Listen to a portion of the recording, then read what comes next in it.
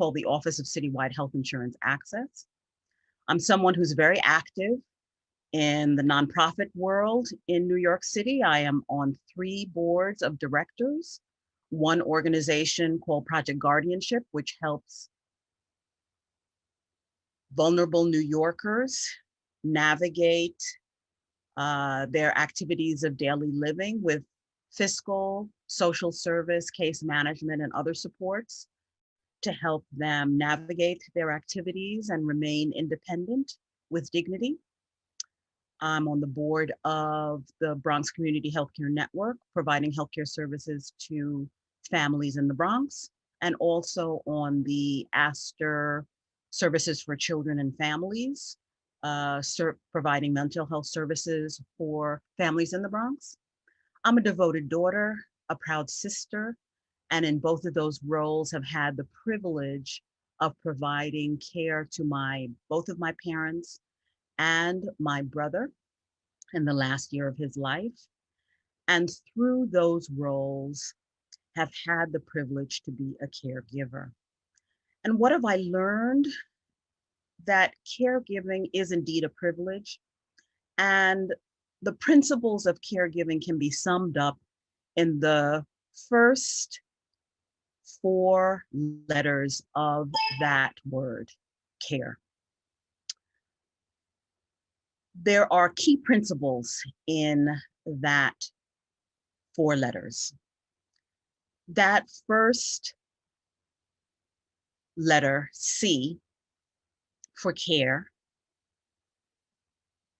means truly that, providing the kind of care and comfort that is needed to bring the family member, the individual that you are working with, the neighbor, the friend, the ease that they need to go through their journey, whether it's an illness, whether it's a mental health crisis, whether it is some other crisis in their life, the ease that they need to go through their journey, knowing that someone is at their side. The ability to know that there is someone as close as a security blanket, as a near and dear pet that they can rely on, that is going to be ever ready, ever steady in their journey to comfort them. And also someone who is going to be creative in helping to care for them and care for their every need. And let me talk to you about the creativity of caregiving. My father had Alzheimer's in the last 10 years of his life. And during his journey, there were times where he was very much unlike the dad that I had known for much of his life, who was a meticulous dresser, a man of detail, everything in its place and a place for everything. Never anything out of place, always well-groomed. And in the last years of his life, didn't want to eat, didn't want to take medication, didn't want to bathe, didn't want to shave. Very difficult with activities of daily living. And we had to find ways to get him through those activities. That involved oftentimes finding a neighbor that he used to pal around with, Artie, and bringing him to the house many times and having Artie to say, Mr. George, come on, man. You can't stay in the house and not shave and not bathe. Come on, let's get with it. And just having another guy tell him, come on, let's get shipshape here, would rouse him out of his belligerent state and get him moving. Some days, Artie would just have to pick him up out of bed and get him moving, get him dressed, and that would be the thing. But it would take that kind of creativity. Similarly with my mother, who her last year of life, we were battling congestive heart failure.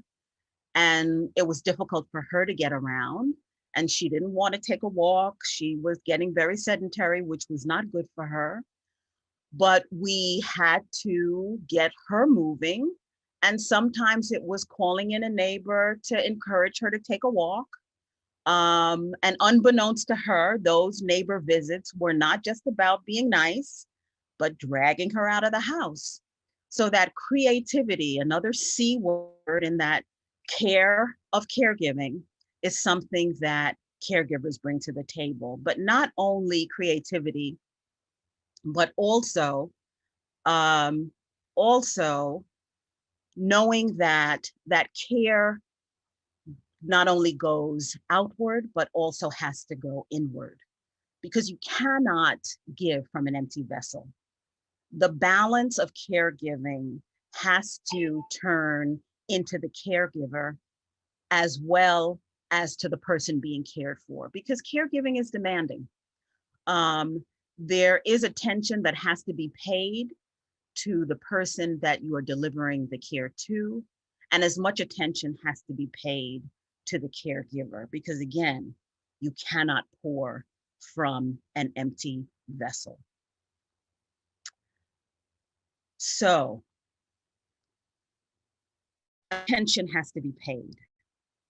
There is attention that is required every day, because the art of caregiving is knowing what is needed, knowing about the diet of the person that you're caring for, what their mood is on any given day, what is the thing that they like to eat, what is the thing that they don't like to eat, what habits are changing on any given day, what has changed about their mood, what has changed about their preferences, what has changed about their elimination habits that may require a call to a doctor or a visit to a doctor because something is changing that requires medical attention.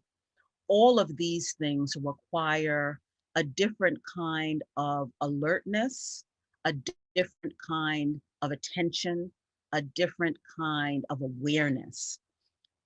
And again, that balance not only has to turn outward to the individual that you are caring for, but also inward.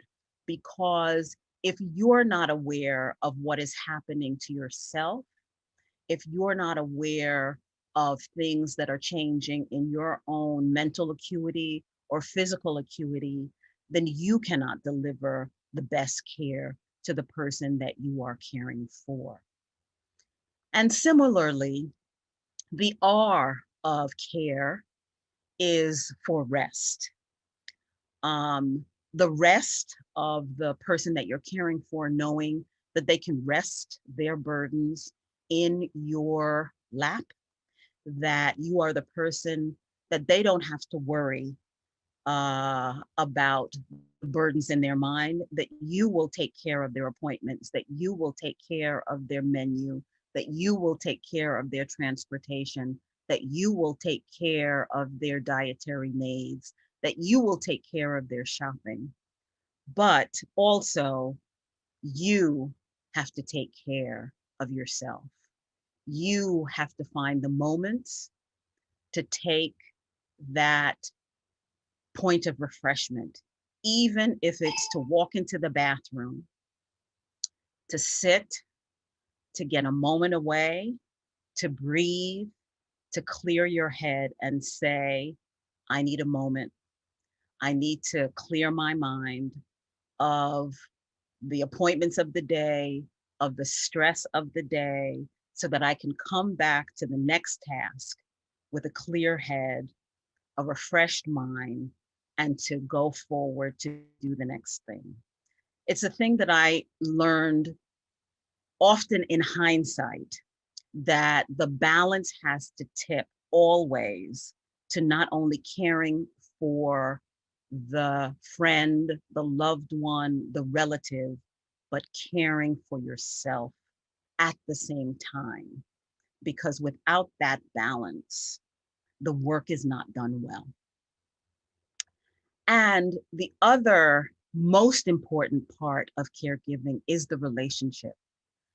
Because with all of the other letters, the care, the comfort, the attention, the rest, all of those things are as important, if not feed into the most important thing, which is the relationship.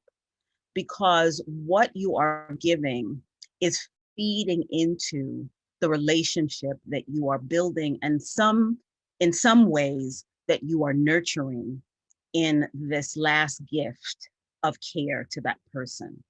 Because you are in many ways gathering the moments, the wisdom, the energy, the insights of the person that you are caring for. You are gathering their last reflections of life often. You are gathering their jokes of the day. You are gathering their sweet moments of memories. You are gathering their insights that sometimes they share with no one but you in the moments of care that you give with them, the meals that you share with them, the baths that you give them, the games that you play with them. Indeed, you are harnessing in those relationship moments the energy, sometimes the last energy of a life.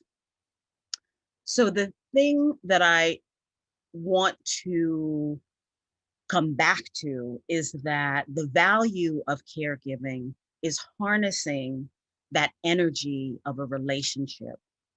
And the privilege of caregiving is making much of that relationship and gathering the lessons and the wisdom that you can through that caregiving out of that relationship. And indeed, one of the things that I want to leave with you is this last quote, because I believe it is true and becomes more true in a society where we are all growing into caregivers, even if only caregivers for ourselves. There are four kinds of people in the world: those who have been caregivers, those who are currently caregivers, those who will be caregivers, and those who will need a caregiver. I've had the privilege to give care to my father, who had Alzheimer's during the last 10 years of his life, my mother, who lived the last year of her life with congestive heart failure, my brother, who lived the last year of his life with pancreatic cancer. And I had the privilege to give care to each of them. And I have to say that I gained wisdom and life lessons in each of those caregiving opportunities. And as I go into the new horizon of my life, and as you go into the new horizon of yours, I hope you take the life lesson and wisdom that I have given in this talk and the principles of care, comfort, attention, awareness, rest, relaxation, relationship, energy, and carry those with you for yourself and for those that you will give care, not only now, but in the future. God bless you.